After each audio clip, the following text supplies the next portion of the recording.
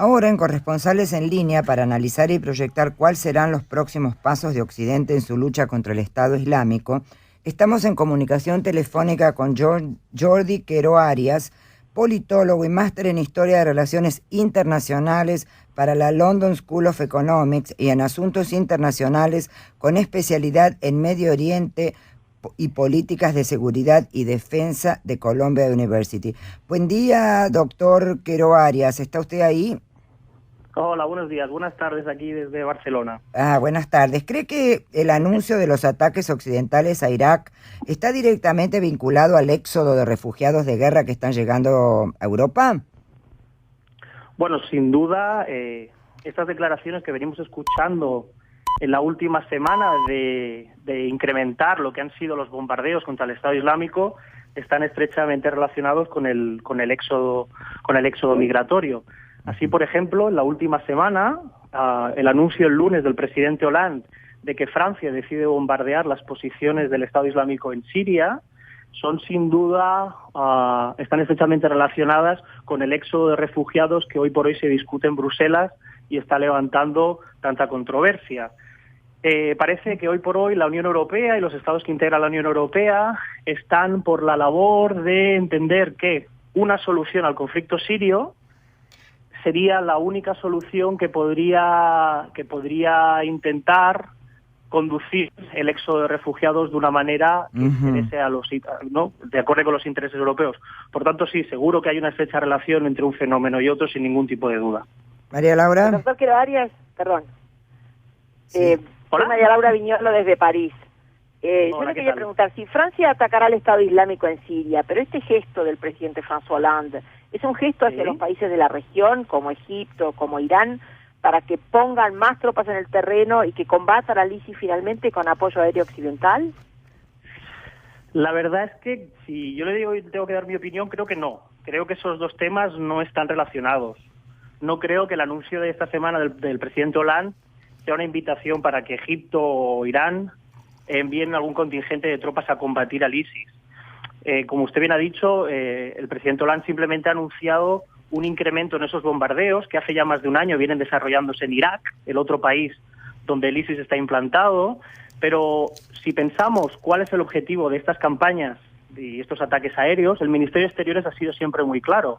El Ministerio de Exteriores francés siempre ha expresado, se lo ha hecho en diversas ocasiones, que el objetivo es debilitar las posiciones del Estado Islámico para así facilitar la guerra en el terreno de las tropas que ya vienen desarrollando esa guerra. Esas son el ejército iraquí, por un lado, en la parte iraquí controlada por el Estado Islámico, y por otro lado, en la parte siria, por parte de las tropas kurdas. En ningún caso creo que esto pueda ser entendido como una invitación por parte de París para que Egipto o Irán desplieguen sus ejércitos en el terreno. Además, creo que cabe recordar una cosa. Creo que un contingente semejante, liderado ya sea por Irán o por Egipto, es impensable.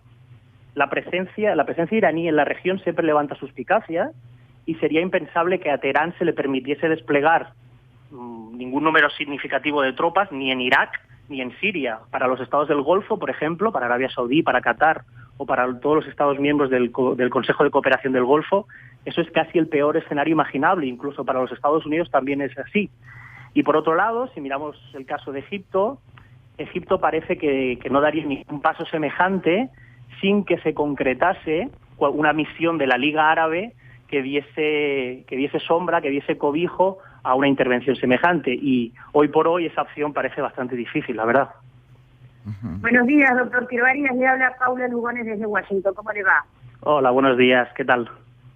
Bien, le quería preguntarle, ¿por qué usted cree que los occidentales entonces se resisten tanto a poner tropas en el terreno cuando aparentemente parecería ser el único camino para solucionar el conflicto, para quitar un poco el conflicto en la zona? ¿Usted cree que el fantasma de Irán e Irak está muy presente?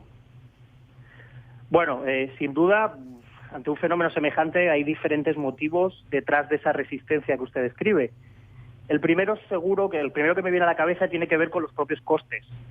Cualquier acción militar que implique un despliegue de tropas en el terreno para que combatan al Estado Islámico conllevaría seguro un número de bajas militares significantes por parte de eso para esos estados occidentales que usted decía. Los estados de la Unión Europea y los Estados Unidos aún tienen muy presente el coste que supusieron tanto la guerra de Afganistán primero como la guerra de Irak después, y parece que no quieren volverse a ver inmersos en ese begoteo de víctimas de otra guerra en Oriente Medio. Además es bastante difícil, o parece bastante difícil de justificar desde las cancillerías occidentales que, inmersos en una situación de crisis económica semejante, destinemos los recursos existentes a combatir esas guerras lejanas. Eso por un lado, por lo que tiene que ver con los costes. Además, una segunda razón que frena o que hace que se articule esa resistencia a poner las tropas en el terreno tiene que ver con los objetivos a largo plazo. La pregunta que se hacen, yo creo, que es si un ataque así garantizaría o no algún tipo de estabilidad en la zona en el medio plazo. Uh-huh. También si pensamos en lo que supuso el desastre de Irak, desde la invasión de 2003, ese tipo de actuaciones, de enviar las tropas al terreno, han levantado muchas dudas de su propia efectividad.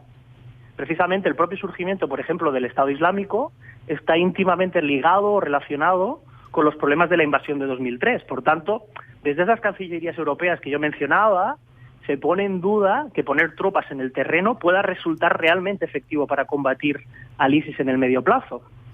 Y por último, yo creo que hay un tercer elemento que también tenemos que tener en cuenta, que tiene que ver con que estos estados piensan que hay alternativas mejores a poner tropas en el terreno. Cree que tienen encima de la mesa unas posibilidades que pasan por otros lugares que no poner tropas o un contingente de tropas en el terreno. Y esa, por ejemplo, es la estrategia actual. Una estrategia que combina, por un lado, esos bombardeos selectivos con dar apoyo logístico a todos aquellos que ya combaten en el terreno. Las cancillerías piensan que este puede ser un enfoque efectivo. Creo que tienen en su memoria lo que fue la operación en Libia en 2011, donde la OTAN desarrolló una estrategia parecida, y por tanto pienso que si hacen ese análisis coste-beneficio, piensan que esta estrategia actual les sale mucho más a cuenta de cualquier envío de tropas. Y además, por último, y esto quizás es una nota al pie, a mí también, quizás sea menos importante, pero me cuesta pensar que no tengan en cuenta los impedimentos formales. ¿Y qué quiero decir con esto?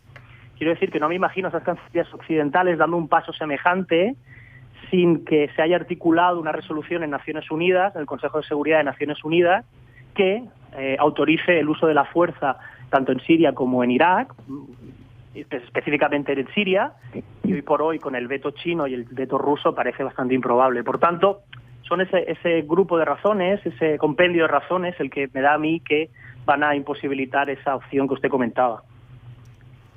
Doctor Quero Arias, una última pregunta quería hacerle. Usted ha comentado con gran precisión por qué Occidente se resiste a enviar fuerzas al terreno. A mí me gustaría profundizar un poquitito más en Rusia, como para finalizar este diálogo. Rusia está cada vez más presente en Siria, se dan denuncias que sus tropas están apoyando a Assad, que refuerzan su base con más casas prefabricadas, hay más efectivos en la zona. Estas maniobras obviamente inquietan a Estados Unidos. Y yo lo que quería preguntarle es, los países occidentales que se resisten un poco a poner el pie en ese país, ¿van a aceptar ese rol cada vez más activo de Rusia en Siria? ¿O Rusia se está como posicionando para cuando Assad no esté más en el poder? Bueno, yo creo que aquí debería yo rebotar esa pregunta que usted me hace. Le podría preguntar ¿qué podrían hacer esos países occidentales frente al rol que actualmente juega Rusia? Tenemos que pensar que las relaciones bilaterales entre la Unión Europea y Estados Unidos frente a Rusia tienen muchas dimensiones, pero probablemente el asunto más importante hoy por hoy en sus agendas sea el tema ucraniano. Frente a la reacción de estos estados occidentales a lo que sucede en Ucrania, ¿ustedes se podrían imaginar a la Unión Europea, por ejemplo, exigiéndole a Rusia que retire su apoyo al Assad mientras no se hace nada frente a la violación de soberanía en Ucrania? ¿Qué credibilidad tendría la Unión Europea, por ejemplo, o incluso Estados Unidos, para exigirle a Rusia que cambiase su posición frente a Damasco? Me parece que aquí las posibilidades reales tienen que ser tenidas en cuenta para hacer ese análisis. Pero acerca del futuro rol en unas negociaciones, el futuro rol de Rusia tras una posible caída de al-Assad, En las últimas semanas también parece que estamos escuchando unas voces disonantes que señalan hacia la posibilidad de que se reactiven lo que fueron las negociaciones entre el régimen de al-Assad y la oposición, las conocidas como las rondas de Ginebra I y Ginebra II, que tuvieron lugar entre 2012 y 2014, estoy diciendo de memoria, sí, 2012-2014, pues en ese marco, en un marco de negociaciones renovadas, a la Unión Europea a la Unión Europea y a los países occidentales en general, también le interesa que Rusia esté presente. Cabe recordar que los países occidentales han cerrado todos los canales de diálogo con el régimen de Damasco, con el régimen de al-Assad, por tanto necesitan de ese apoyo ruso para conseguir, si cabe, algún tipo de margen de maniobra frente al régimen de al-Assad. Y son muy conscientes, tanto en las cancillerías europeas como en Washington, como en la propia Bruselas, de que el único Estado hoy por hoy que tiene un cierto margen para exigir cambios en el régimen de al-Assad es la propia Rusia.